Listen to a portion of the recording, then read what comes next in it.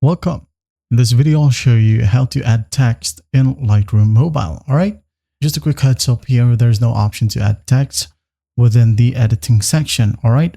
But you do have an option to add a signature, which I'm going to teach you how to do so. Right here, for example, as you can see, we don't have the option to add text. All right. Optics, even in profiles right here and under actions right here, we don't have the option to add text. All right. The way to do so is just by exporting it right here and tap on export as. And then you're going to want to go to in the section, include watermark. All right.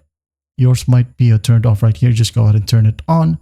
Now tap on customize. All right. Now in here, you would want to go to text.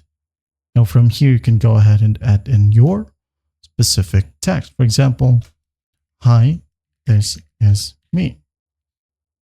Tap on done.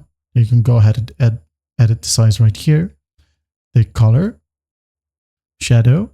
All right. And you can move the offset horizontally and vertically.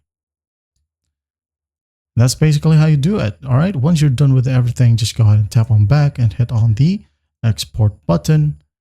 And when you go ahead and check it out on your gallery and Adobe Lightroom right here, you just added the text. And that's basically how you do it. Well, I hope this video helps and I'll see you in the next one.